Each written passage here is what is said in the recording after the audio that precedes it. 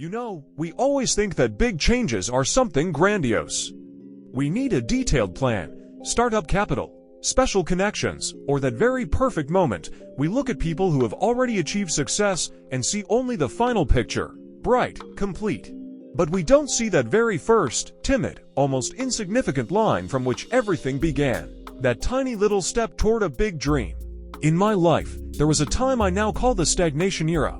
I had a job that didn't warm my soul, ideas gathering dust in the far corner of my mind, and a constant, background anxiety that I was living someone else's life. I was waiting for a sign, waiting for the right circumstances, waiting for the moment when both time and strength and confidence would finally appear to start. And you know what I realized? That waiting is the most cunning and treacherous enemy. It makes you think you're preparing, while in fact, you're just standing still. The turning point was one evening. Nothing heroic, no thunder from the sky.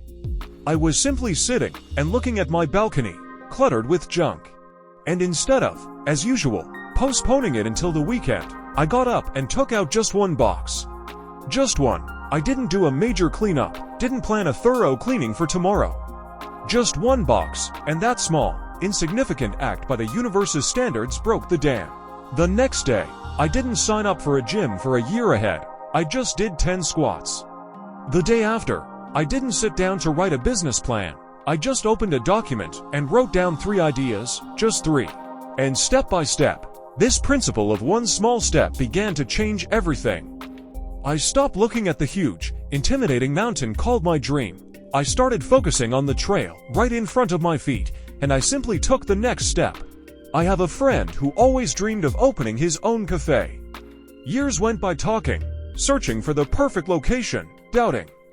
And then he just started baking cakes at home. For one neighbor, then another, then he was asked to bake a cake for a kid's party. He didn't take a loan, didn't quit his job. He just did what he loved on the scale available to him. Now he has a successful bakery, but it all